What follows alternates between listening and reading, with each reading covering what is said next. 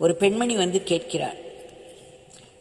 மிகவும் கவலைக்குரிய ஒரு விஷயத்தை பற்றி பேசிக்கொண்டிருந்து விட்டு மிகவும் கவலையாக இருக்கிறது என்று சொல்லி முடித்த போது பப்பா ராமதாஸ் அவர்கள் சொன்னார்கள், நீ ஏன் இந்த விஷயத்துக்கு கவலைப்படுகிறாய்?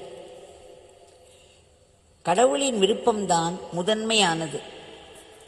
அனைத்தும் அவருடைய இச்சைப்படி அவரால் தீர்மானிக்கப்பட்ட நேரத்திலேயே நடக்கின்றன என்று சொன்னார். உடனே அந்த பெண்மணி சொன்னார், நீங்கள் எப்படி அவ்வாறு கூறலாம்?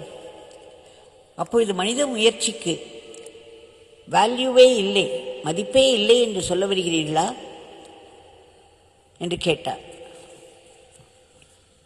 உடனே பப்பா ராமதாஸ் சொன்னார், மனித முயற்சி, த செல்ஃப் எஃபர்ட்,